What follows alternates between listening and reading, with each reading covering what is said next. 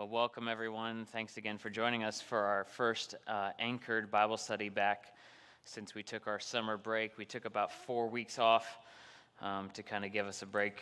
It didn't work out very well because we have construction going on.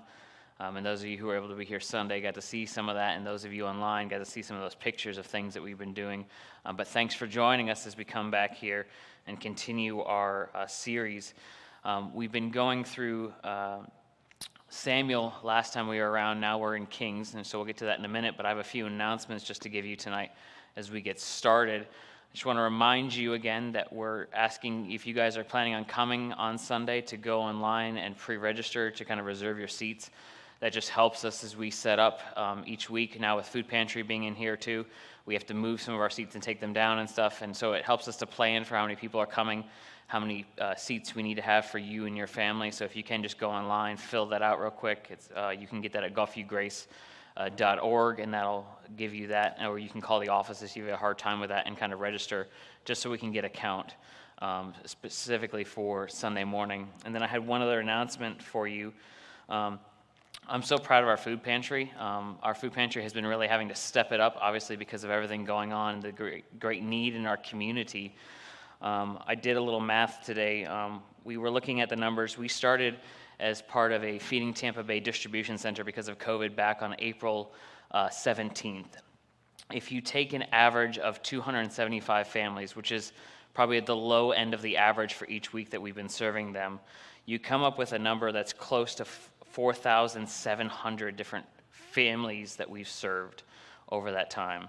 And if you think about 3 meals roughly, 3 or 4 meals per box that you're giving out, you're looking at over 12,000 meals that we've provided since April. So it's really great that our church is able to step into the lives of our community in that way. But part of what that's done is over time it's depleted some of our non-perishable backstock that we've had because we've been serving so many more. We almost tripled the number of families we were serving each week. And so if you can, we really need your guys' help to kind of build up that backstock and help us with those non-perishable goods.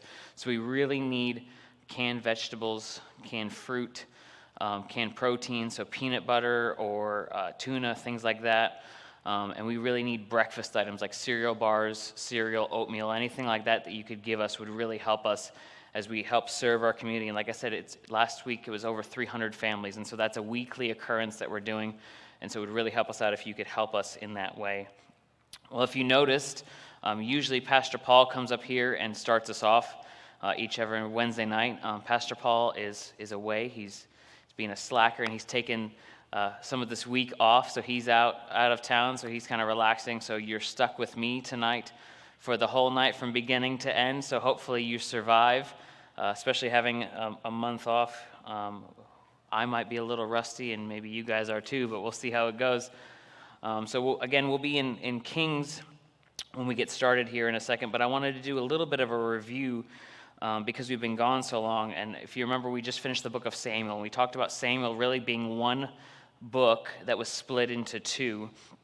And I wanted to kind of give us a little overview of some of those things that we learned about in Samuel. So in Samuel, First Samuel was really broken down into 3 different pieces. You had Samuel, who was kind of that last judge. So we were coming out of that cycle of judges. You had Samuel as the last judge and kind of that first prophet, as he then anoints Saul as that first king of the United Kingdom. And so now we've made this transition period, right, as we're moving from this people of slaves in Egypt, out to this nation, now to a nation that has their first king under the United Kingdom. So we have Saul, who serves Israel for 40 years. David gets appointed partway through that. And if you remember, Saul had a problem where he would compromise often, and he would follow God about 70%. And it was that last 30% that ultimately did him in and lost him and his family the kingdom. And so David gets anointed as a young man partway through Saul's reign, but then you see the tension between Saul and David over the years as Saul knows this, and we pointed some of those things out where there's verses where Saul explicitly references, especially when he's talking to his son Jonathan, about how he knows that David's going to be the next one to take in line, and so he's trying to kill David off to stop him from doing that. Saul's eventually killed at the end kind of a 1 Samuel, and then we get into 2 Samuel. David has about 10 chapters of where David has this triumph, right, where David is winning wars. He's uniting the kingdom in a way that Saul wasn't able to. He makes Jerusalem their capital, so they have a political capital now, and then he turns and makes Jerusalem their spiritual capital as he moves the ark into Jerusalem. And then we saw how we had a fallout with David with the sin of Bathsheba there, starting in chapter 11, and you see kind of these continual family issues as you read through David. We talked about how David has several sons. All of them who have the A as their first letter in their name cause him trouble. And we'll see that again as we get into Kings. But David fights through that, and then ultimately Samuel ends, right? And we start now with Kings. So the book of Kings is a lot like Samuel in that Kings starts off, Kings is really, again, one book that was split into two, and we'll get into a little bit more of that later. But Kings really starts off with the story of Solomon, who's the last king under the United Kingdom, before a civil war breaks out and the country is divided into two. The first half of 1 Kings traces the life of Solomon, and under his leadership, Israel rises to the peak of her glory. Solomon's great accomplishments, including unsurpassed splendor of the temple which he constructs in Jerusalem, brings him worldwide fame and respect. But his zeal for God diminishes in his later years as his pagan wives turn his heart away from worshiping the one true God. And the result is that the king with a divided heart leaves behind a divided kingdom. And so for the next century, the book of 1 Kings traces the twin histories of the kings of two different nations, of the disobedient people who are now growing indifferent to God's prophets and his precepts. So we have the division that happens. So Saul, again, has this divided heart. Eventually that causes the kingdom to be split into two. Israel is going to be in the north, Judah is in the south. Israel is basically going to be 10 tribes, and Judah is going to be 2. And so you have this nation that has split apart. And that's what's part of what's going to make Kings a little difficult when you get a little further in, because you're basically going to be tracking two timelines simultaneously. And so you'll have to know which king is in which line to track the story, because otherwise it may be a little difficult. 2 Kings continues where 1 Kings left off, and the two kingdoms continue on with their disobedience to God and his laws, and they're headed on a collision course with captivity as the glory of the United Kingdom becomes increasingly more remote. Both groups are ruled by a series of mostly bad kings, leading to divine punishment and ultimately their removal from the Promised Land. The 10 northern tribes of Israel are dispersed by the Assyrians, while the 2 southern tribes will eventually be led off into Babylon. And in spite of their best efforts of the prophets like Elijah and Elisha to turn the nation back to God, it ends up being too late. And the kingdom that was divided in 1 Kings becomes dissolved in 2 Kings. And so it's this tragic story. When you look at the line of the United Kingdom, Saul, David, and Solomon all served 40 years. So you have 120 years of this United Kingdom. And then you have a couple hundred years that we're going to look at through Kings. It's about 400 years over the course of it, where you have this dissolved kingdom. So they've been building up to this the whole time, and it lasts for 120 years before it starts falling apart. So again, much like Samuel, 1st and 2nd Kings was originally one book in the Hebrew. The original title was just Kings, taken from the beginning of verse 1 of chapter 1, which is often how they named books. It's the very first word of the book. It helps you name that book. And the first verse of 1 Kings says, now King David. So it comes from that phrase there. The Septuagint, which is the Greek translation of the Old Testament, artificially divided the book into 2 pieces at the story of King Ahaziah into 2 books. And these books of Samuel were called, so backtrack. The books are divided into 2 along Ahaziah's reign is kind of where it cuts it in the middle of those 2 stories. And if you look at other pieces in the Septuagint, 1st and 2nd, Samuel was actually originally called 1st and 2nd Kingdoms, because that's where you have the beginning of those kings, and Samuel was Saul, David, and the introduction of Solomon. And then Kings was actually called 3rd and 4th Kingdoms. So they were kind of seen as this one collective. The Septuagint may have also divided Samuel and Kings and even Chronicles into two separate books because the Greek text required a larger amount of scroll than the Hebrew text did. So at some point it just becomes a necessity issue because you can't carry a scroll around like this, so they have to cut it in half so you have two different scrolls. So that's one possibility with that. When we look at the authorship of Kings, who is the author? Because some of those other books, it clearly states, the book of Joshua, we're like, yeah, it's probably Joshua. The book of Kings, who's this author? Especially since you have it ranging such a large time. The author is unknown because it's not directly stated in the text, but the evidence that supported Talmudic tradition states that King was written by the prophet Jeremiah. The styles of both the book of Jeremiah and Kings are very similar, and you also get kind of this prophetic sense in Kings, in that when we talk about prophetic, we're talking about how God is interpreting the events that are happening.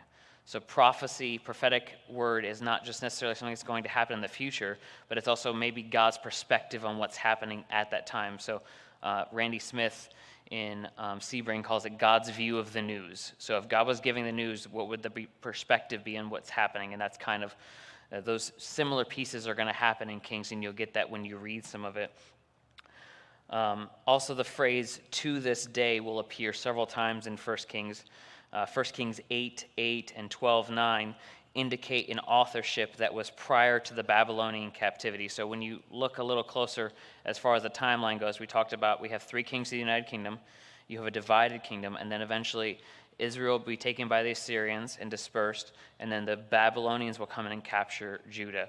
And the way the wording is set up, it seems to indicate that things are happening, have not happened historically after that Babylonian captivity. So they're saying the authorship is before that captivity happens.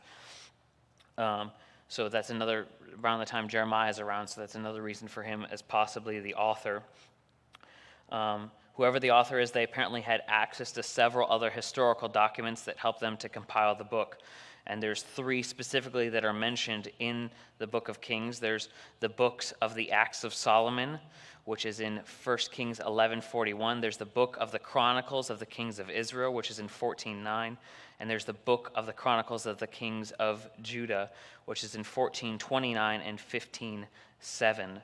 And so you have, there's definitely these different source materials that he's working with to compile this book. In addition, Isaiah 36 through 39 was probably also used as a source as well, specifically when you refer to 2 Kings 18 through 20. So we're talking about the book.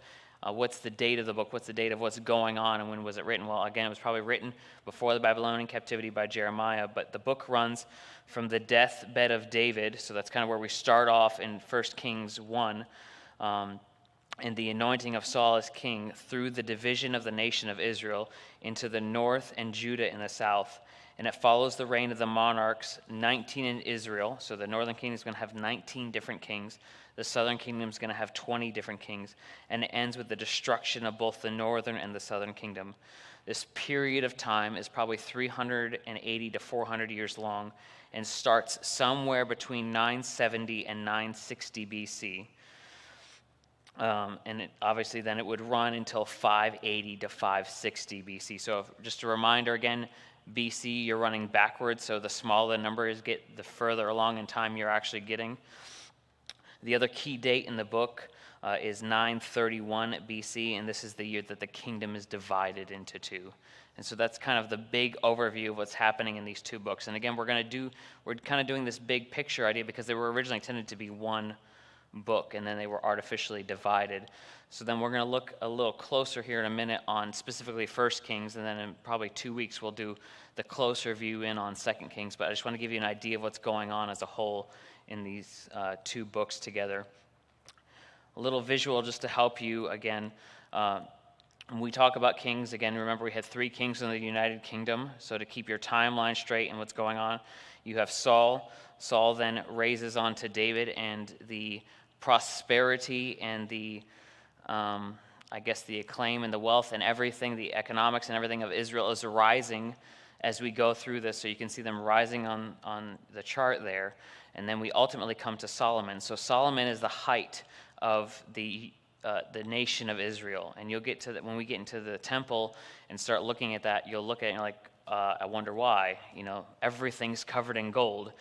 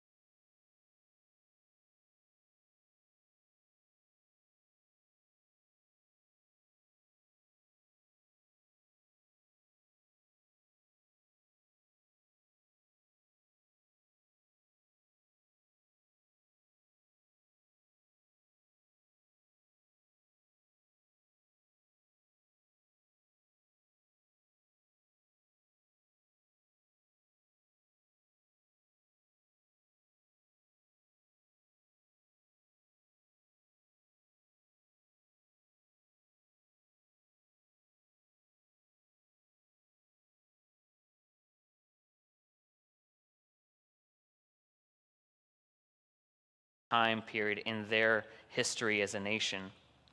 So that's really the united kingdom. The next part is the divided kingdom. The divided kingdom is going to run the second half of 1 Kings, so from chapters 12 to 22, and the first half of 2 Kings, so chapters 1 through 17. In 1 Kings 12 through 2 Kings 17, there's a large chunk of time that deals with what we're calling the divided kingdom. Israel in the north with Samaria as its capital, and Judah in the south with Jerusalem as its capital. Keep in mind, if you guys remember in John, right, there's the Samaritan woman, and there's an issue where the Jews don't interact with Samaritans. That's all going to start here because the nation's going to be split and you have two different capitals. And so once you add that plus 500 years of history and some other stuff that goes on, there's kind of this, what will happen is the Jews in the north will kind of start intermarrying, and they end up becoming, according to them, like a half-breed. And so there's a strife between them, and then there's an argument over where worship takes place, which the Samaritan woman references, that in talking to Jesus. So this all starts here in this divided kingdom. So again, Israel in the north with Samaria as the capital, Judah in the south with Jerusalem as its capital. The south represents against David's household, and that one household will run about 20 different kings. So again, when we were in Genesis, there was a couple characters to remember. There's going to be a lot when we run through Kings. The southern kingdom is going to have 20 different kings. 12 of those kings are going to happen during this divided kingdom period, and then 8 of them will happen in the next section.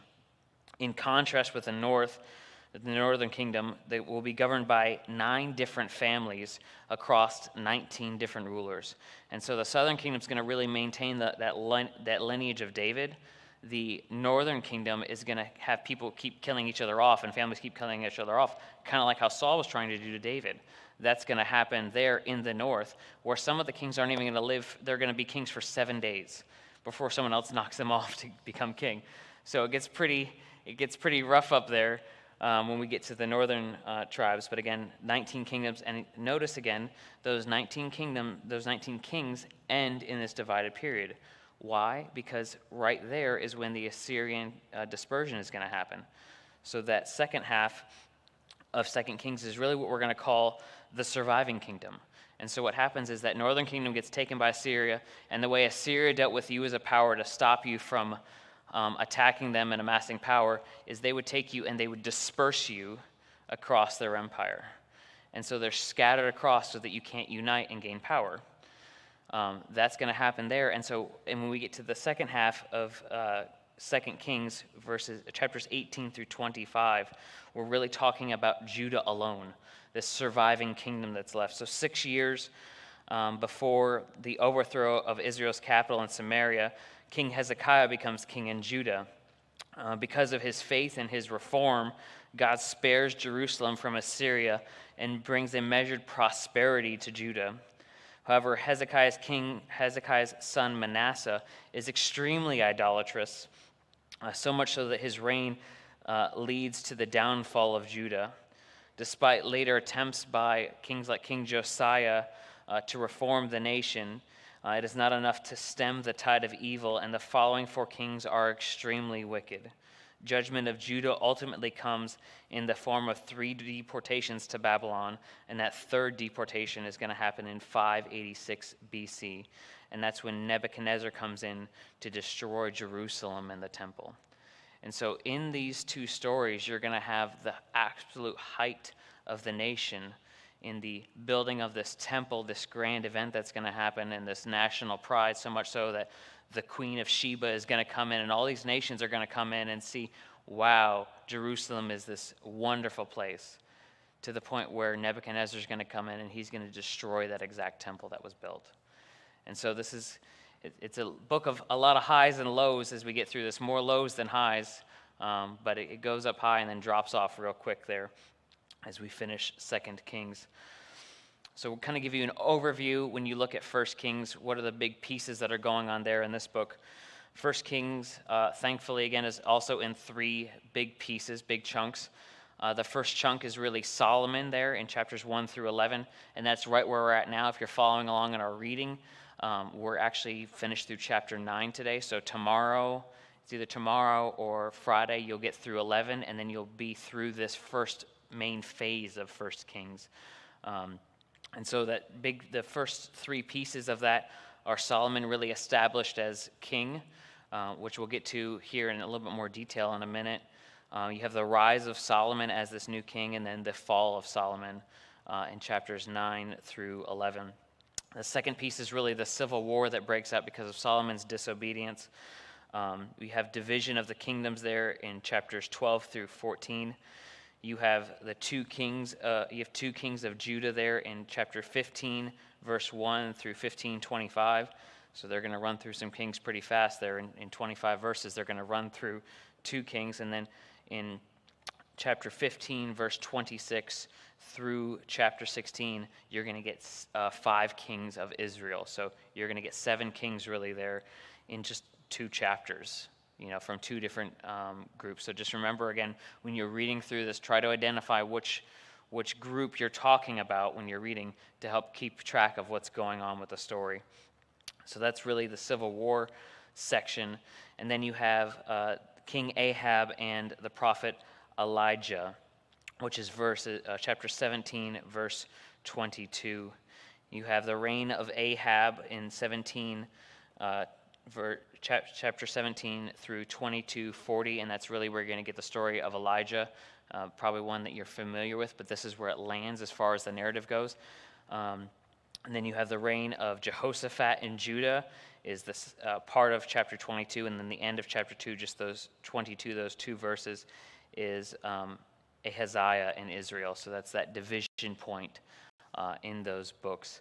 And again, Elijah is going to be this prophet coming on the scene, trying to remind them, remember, like, we had a covenant made with Moses. There was some desert. There was some, a mountain with some fire and stuff. You guys agreed to do some stuff. God said that if you didn't do it, bad things would happen. If you follow it, there'd be blessings and prosperity. And they're like, yeah, everything that you say we'll do. And we saw that lasted a hot minute until they built a calf. But this is what's going to continue to happen. But the punishment is kind of ramping up now as we have this king. Because we'll see when we get to Solomon. Solomon will make some claims that God warns him in chapter 9, which hopefully we'll get to tonight. If you follow me, your nation will be blessed.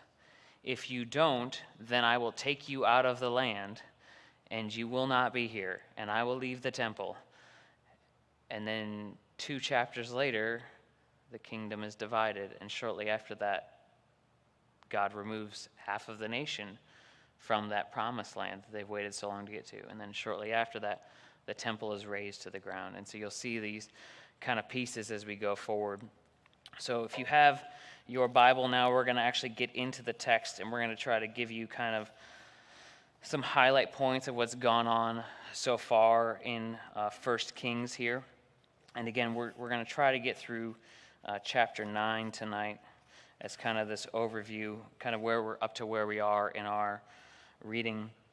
So again, chapter 9 starts with, chapter 1 of 1 Kings starts with David kind of in his old age. You see David there on his deathbed, so much so that they have to bring someone in to help keep him warm because he can't even keep himself warm. He's getting up there, but then that's contrasted with a problem. And the problem is David is dying, and we don't know who the next ruler is. His son Adonijah basically assumes, like, well, I'm next in line. I'm going to be king. So verse 5, another son of David's with the letter A in his name gives him problems. So if you remember, we had Amnon and Tamar, which was a sad story that we didn't get to cover, but basically where one of his sons slept with one of his daughters. He basically raped her, and that caused a big family division. So it's a crazy story. But what you'll see if you looked closely in Samuel, what's going to happen is David, ever since the issue with Bathsheba, David has become very passive as far as his family issues are concerned. So if you track back through Samuel and start right after that story where you can see what's going on, you can underline where it's like, and it was 2 years before anything happened, and it was 4 years, and it was 4 years, and you're like, where are you people at? Like, why are people not going to each other, talking, figuring this out? So you had Amnon and Tamar. Then you have Absalom, who's the other one who ended up killing Amnon because of that. But then he flees the family. Again, David does nothing. So Absalom runs away. He's out doing his own thing, comes back, tries to lead a revolt. And then there's like this mirror in David's life where David started on the run from Saul, when David was the rightful king. Now David is the rightful king, and the next heir apparent is running after him. And so like these mirror pictures happening. Eventually they end up killing Absalom, and now you have Adonijah, this third son, who thinks that, okay, well, I'm going to be king. And so you have these 3 sons of his and these family issues that have come up in David's life. Adonijah was the next in line to be king, which we get from verses 5 and 6. He also had the help and support of Joab. If you remember that name, he was David's army commander and his right-hand man, and Abithophar, who was one of the priests. And so you have this man declaring himself the new king of Israel. Why? Because his dad's in his bed, not doing anything, not sharing, not helping to understand who the next in line is. And he has the support of the commander of the army and one of the priests. I feel like those are 2 pretty big positions to have on your side when you're trying to take this over. However, again, David is passive against the problems that have come to him, and he is yet to name a successor or explain to Adonijah about what's going on. And there's several other figures in David's life that did not, in fact, back Adonijah as this new king. So you'll see kind of those differences there. Chapter 1, verses 11 through 27 is you really have this next part of the narrative where Bathsheba comes up. And if you remember Bathsheba, she's the one that David slept with, killed her husband. They had a son. The son died. David apparently at one point in time had promised that your next son is going to be king. And David had told that to Bathsheba. And he had not told that to anyone else in the kingdom, maybe Solomon, who was that guy. So, like, nobody knows what's going on except for Bathsheba and Nathan. So they devised this plan to go into King David and be like, look, you're dying. The nation is going to, we're having a tiny civil war as it goes right now because you're having a rebellion against you as the king. You're not doing anything. Who's the next one to come on as the leader of this nation? So they go into David. Again, David had promised to Bathsheba that Solomon would be the next king, but he had not told anyone. Adonijah has in his company, again, this army commander and this priest to anoint him. And so we go through, and David end up kind of in chapter 128 through 53, David comes up with this solution. So David basically says, Adonijah's over there. They're kind of having a party for him. They're throwing this party, Adonijah's king and all this thing. So David says, take Solomon out, put him on my donkey, bring him, I think it is to Gibeon. Let me double check that. Anyways, they bring Solomon out. They anoint him with oil there through Nathan, the prophet. And so Solomon is now declared king. And then they bring Solomon in and have Solomon sit on David's throne. So David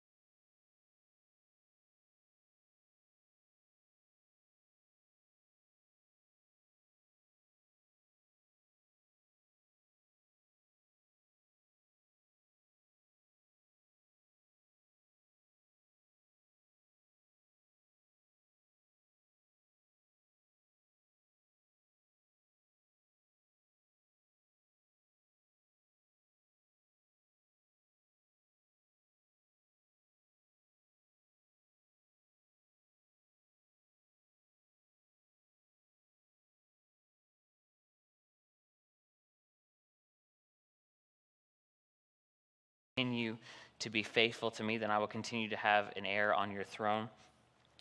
And so this is David's kind of charge to Solomon. And when you read this, part of it is like, well, this is great. That's a great charge. All of this is great advice. But the problem is that it kind of comes a little bit late. Solomon has just been anointed king. His dad has somewhat been absent from him as far as training him up to be king and all these other things, which we're going to see is going to play into kind of some things later on. But David now has traded a lifetime of training and mentorship to be the next ruler for a little speech on his deathbed. And we'll see how that can be, it ends up being insufficient for Solomon and what kind of happens because of that.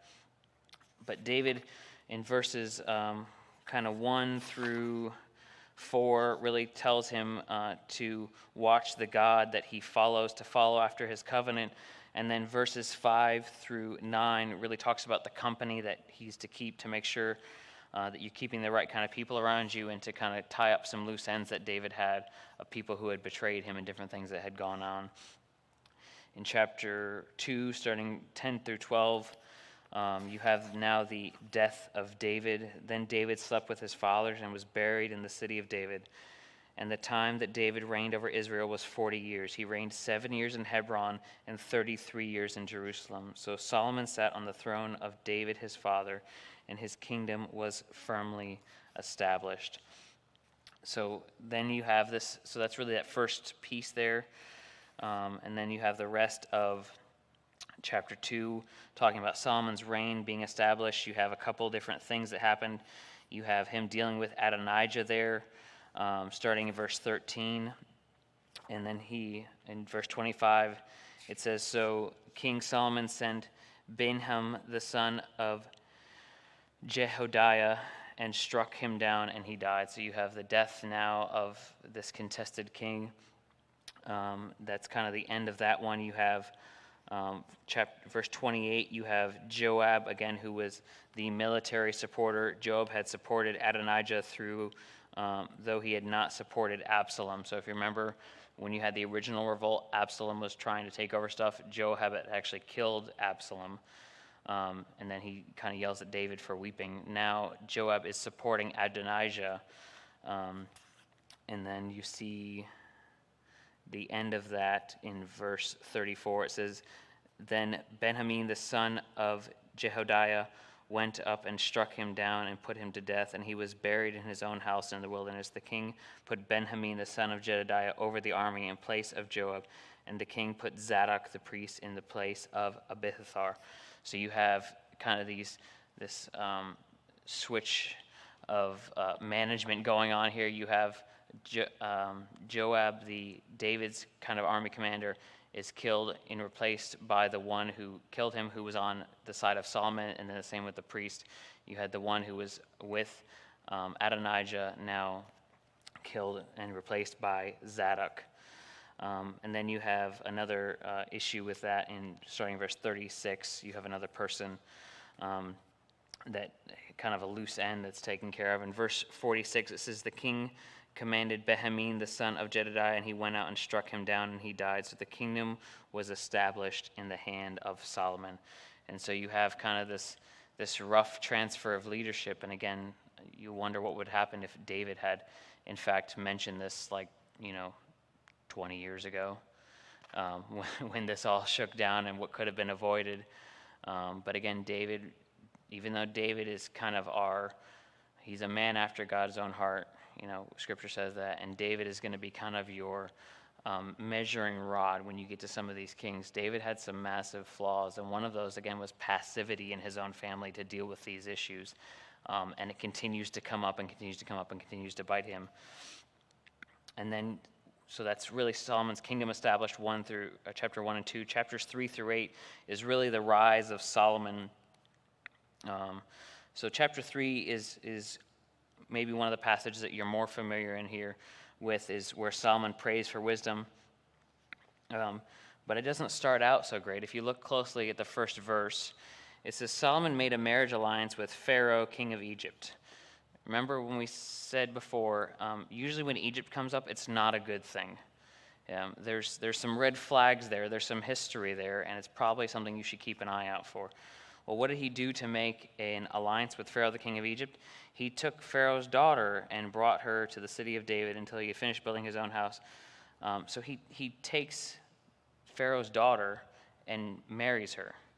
So now you have a political alliance with Egypt through a illegitimate marriage. According to Deuteronomy 17:17, the nation is not supposed to be intermarrying with these other nations.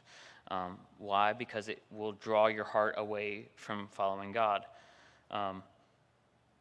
This is the first compromise that happens in Solomon's life that would later balloon into 700 wives and 300 concubines.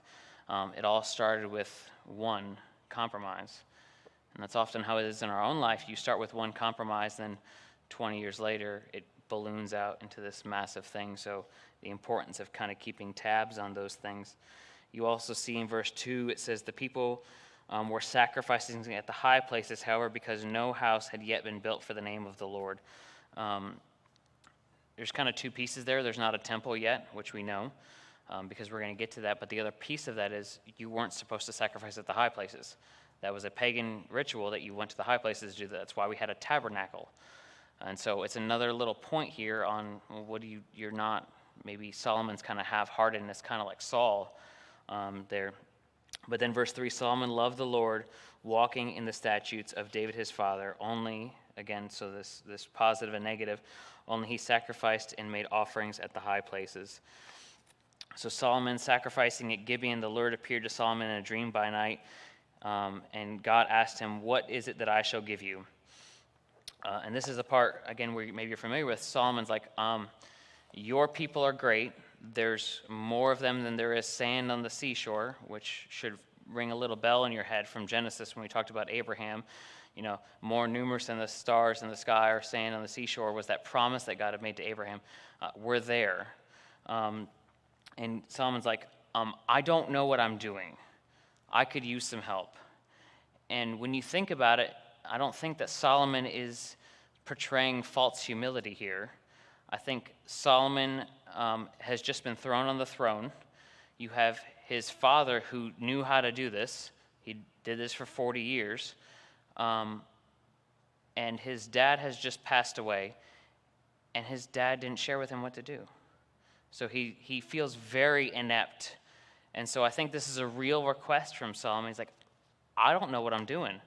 He could possibly be like 20 years old. Like he's way in over his head, and he recognizes that. So he says, you have shown great and steadfast love to your servant David my father, because he walked before you in faithfulness and righteousness and uprightness in heart towards you.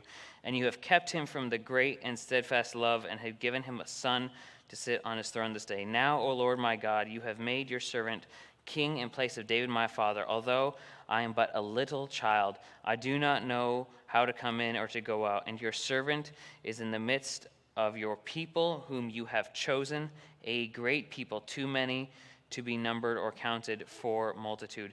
Give your servant therefore understanding mind to govern your people, that I may discern between good and evil, for what is able to govern your great people. God enjoys that answer, and so God promises to make Solomon wiser than any other man that has ever lived. He also gives him, so it says, verse 12, it says, behold, now I will do according to your word. Behold, I give you a wise and discerning mind, so that none like you has been before you, and none like you shall arise after you. He also said, I will also give you what you have not asked for, both riches and honor, so that no other king shall compare with you all your days. And then this is the key. And if you will walk in my ways, keeping my statutes and my commandments, as your father David walked, then I will lengthen your days. So Solomon awoke, and behold, it was a dream. Then he came to Jerusalem and stood before the ark of the covenant of the Lord, and offered up burnt offerings and peace offerings, and made a feast for all of his servants. And so you have this promise of God to make him a wise man, able to govern God's people and to help care for them. But he also promises him riches and honor, which we'll see. The end of 3 there, verses 16 through 28, you have this story, God makes a promise, and then here's a story evidencing the promise that God gave. You have these two women who come in. They each had a baby. One of the babies died. The other claimed the other baby's theirs. And they go kind of back and forth, and Solomon's like, okay, we'll take a knife, cut them in half, and you can each have half the baby. And you're like, that doesn't sound very smart. And then you realize what happened is the one whose baby it actually was says, no, keep him, you can have him, because she would rather see her child live than be cut in two and then they both die. The woman whose child died said, no, cut him in half. And he's like, give the baby to her, because in that she proved who was the real mother and who wasn't. And so it's this display of Solomon's wisdom.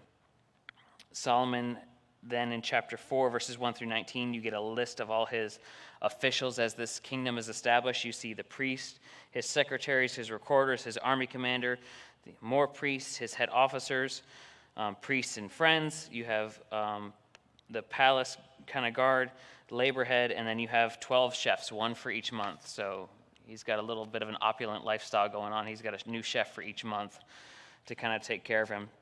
And then, so that's kind of that, the promise of wealth and honor that he sees there, that God made him.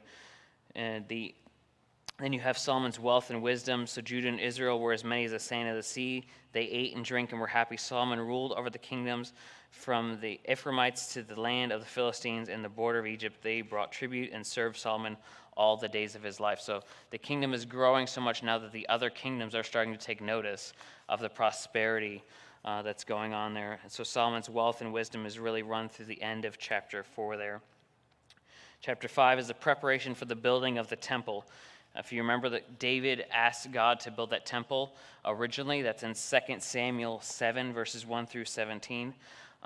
God says, no, but your son can build it. But because of that, we get that Davidic covenant we talked about, that promise that an eternal one would be on that throne. So this is kind of the fulfillment of what happened in 2 Samuel 7, verses 1 through 17. So he goes, where is it? Starting in verse 2, Solomon sent word to Hiram, you know that David, my father, could not build a house for the name of the Lord, his God, because of the warfare with which his enemies surrounded him until the Lord put them under his feet. But now the Lord, my God, so you kind of see that ownership there, has given me rest on every side. There's neither adversary nor misfortune, and so I intend to build a house for the name of the Lord my God. As the Lord said to David my father, your son, whom I have sent over your throne in your place, shall build a house for my name. So we keep going on there. Verse 13, King Solomon drafted forced laborers out of Israel. The draft numbered 30,000 men, and he sent them to Lebanon, 10,000 in a month in shifts, and they would be a month in Lebanon and 2 months at home. And so he starts getting together all these workers to start building the temple. You have the building of the actual temple there. So in the 480th year after the people of Israel came out of the land of Egypt, in the 4th year of Solomon's reign over Israel, in the month of Ziv, which is the second month, he began to build the house of the Lord. Just as a side note here, this verse here, all the way in 1 Kings, is partly how we build the date for the Exodus. So when we talked about the Exodus and what the date was for that, it gives us the date here. So we take whatever this date is, and then we backtrack the 480 years, and that's where we got that year, I think 1440, something around there, was that rough date of the Exodus. And so all these pieces in our Bible are connecting together as we continue to go through this. So you have the building of the temple there. And I have a little picture here just so you can kind of see it. There it is. So you can't read the words, and neither can I, so don't try. But there's kind of this picture of the temple. So you have all these different things. Verse 12, it says, verse 11 says, now the word of the Lord came to Solomon concerning this house that you are building. If you walk in my statutes and obey my rules and keep the commandments that you walk in them, that's probably like the third time that God's told him this, then I will establish my word with you in which I spoke to your father David, and I will dwell among the children of Israel and will not forsake my people. So this if-then statement, God promises Solomon that if he walked and would obey, God would dwell in the tabernacle and in his temple, and if he ruled in obedient to all of God's laws and commandments, then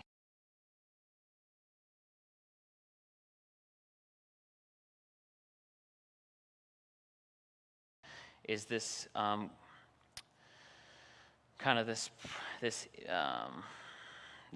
weird imagery where God's spirit is departing from the temple.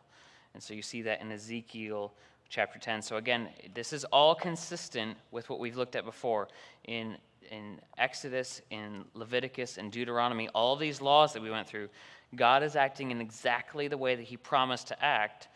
And so we should not be shocked when God says, hey, if you follow me, then I'll be with you and things will go well. If not, I'll be your enemy and you'll be cast out of the land. And then they're cast out of the land, like, what's going on? Well, it's exactly what God said way over here in these other books. And so you have the continuing, that building of the temple runs all the way through chapter 6. And so you can kind of see there all these different pieces. Solomon began building the house of the Lord in Jerusalem on Mount Moriah. It was probably the spring of 967 or 966, and completed it 7 years later. The temple itself, not including the surrounding chambers and on 3 sides, was 90 feet long, 30 feet wide, and 45 feet high. And it stood in the middle of the court with boundaries. And so you can see all these different pieces there. If you remember reading, you can see the 2 cherubim there. You have those 2 golden cherubim that they talked about. There's all these little palm trees here, those golden palm trees. There's that one tub where he mentions it's like 40 baths. And I think there's 12 smaller tubs that are 10 baths each. You have the altar there. You have these gigantic bronze kind of palm tree, pineapple-y looking things. If you read it, it actually said that those were 4 fingers thick. So, I mean, those are some massive pieces. And some other interesting pieces. When you read that story about the temple, it actually said that all of the stones, right, were cut in the quarry. They were never cut there at the temple. So they measured all this stuff and carried it their whole because they didn't want to hear the hammer smashing as they built this temple. That would be very interesting right now because we're going through construction. I was here Tuesday, and they were putting in a new header for one of those new double doors, and they had to get it just right. So he's out there with a jackhammer pounding into the ceiling, and you're like trying to study and like got headphones in and let the door close and everything. So I can appreciate that level, but so that's kind of the building of the temple. So again, think about this. You're going from a people wandering in the desert who collected this giant offering to make a tabernacle, that mobile tent, which was grand, but that doesn't hold a candle to this. And so at some point, you're looking at someone who's taking the tabernacle down for the very last time.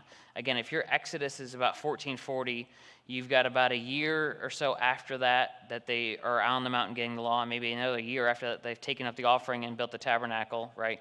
So you're talking from 1440 to 900 or so, you're looking at almost 500 years that you've been wandering around the wilderness with a tent. And for now, it's the very last time that you're disassembling this tent as you move the pieces now into this temple with the Ark of the Covenant there in the center. Chapter 7 talks about Solomon building his own palace there. And then there's a little line there in chapter 8, or verse 8 says, Solomon also made a house like this hall for Pharaoh's daughter, whom he had taken in marriage. Again, one of those prophetic markers that like, remember this is not a good thing, and we'll pick up that later. And then you have the temple furnishings there in the rest of chapter 7, verses 13 through 51. And again, remember those 2 giant pillars there? It actually says in verse 21, it says, he set up 2 pillars at the vestibule of the temple, and he set the pillars on the south and called its name Jachin, and set up the pillar on the north and called its name Boaz. So these 2 pillars right here are so massive that they actually get their own names. Like, that's how big this stuff is, which is crazy to think about. I don't want to know what the budget was for this temple because it's kind of crazy. Some people will also make kind of a big deal. I think the temple took 7 years, and I think Solomon's house took 11 years. They'll make some big deal about how Solomon put more time and effort into his own house than he did God's temple.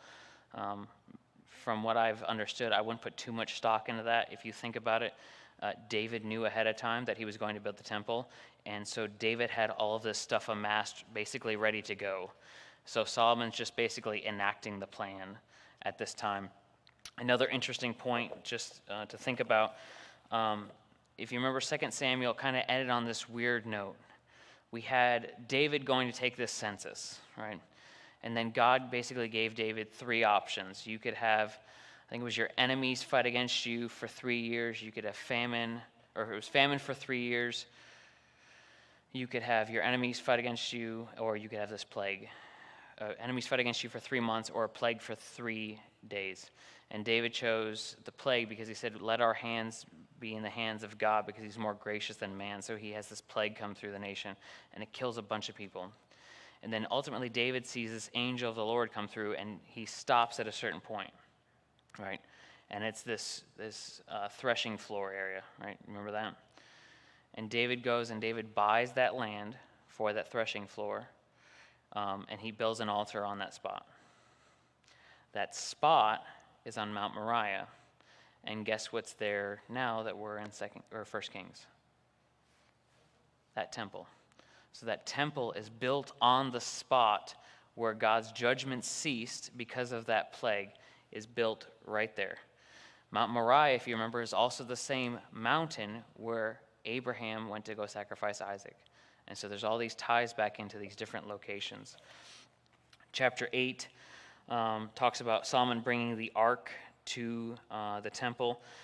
And if you remember here, you see in verse 5, you see this extravagant thanksgiving as they sacrifice oxen and sheep as they come, so much so that they can't even number them. And if you remember, King David brought the Ark of the Covenant to Jerusalem originally in 2 Samuel chapter 6, verses 1 through 15, is when David brought the Ark into Jerusalem to make it kind of their spiritual headquarters, I guess. Now Solomon brings the Ark into this newly constructed temple. The tabernacle is now disassembled one last time as the nation now has a permanent home and a place of permanent worship, and it has been almost 500 years since they've been able to say that. And so that's kind of the end of that's 1 through 11 in chapter 8. You have Solomon blessing the Lord there in verses 12 through 21. And then you have this great prayer of Solomon in chapter 8, verses 22 through 53.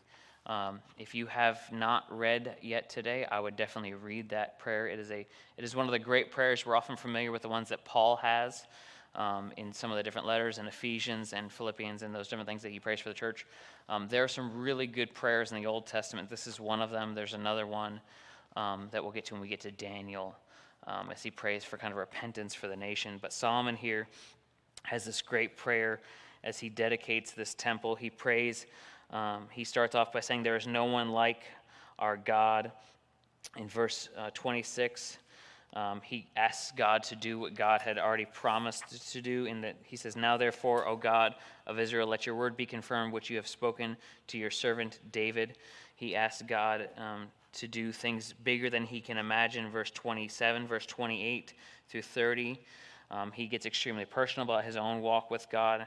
30 and 31, he asks God that God would watch over the nation and that he would reveal injustice, and that as Solomon is watching over a nation that's so big that he can't even count them, that God would fill in those gaps and bring justice to his nation. He asks that God would restore broken sinners as he dedicates this temple, right?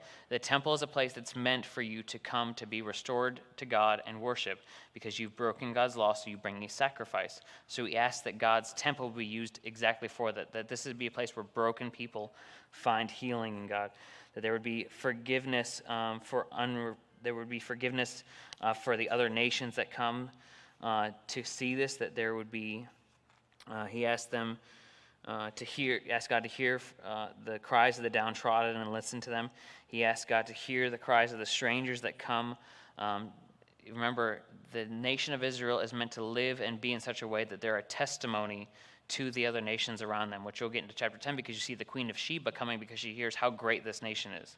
And that's what he's asking this temple to be. He's asking their place of worship to be a place where other people come, again, to find healing and restoration, where strangers from other places that are not like them to receive healing. He asks for them, for God to hear when the nation goes awry, and that when the nation rebels against him, as we've already heard, that they would then repent, and that God would then change. Basically, he asked God to turn the water back on, to turn the rain back on, that sign of blessing and God's prosperity for them. That prayer, again, runs from chapter 8, verse 22, all the way through 53. And then you have Solomon's benediction of the temple.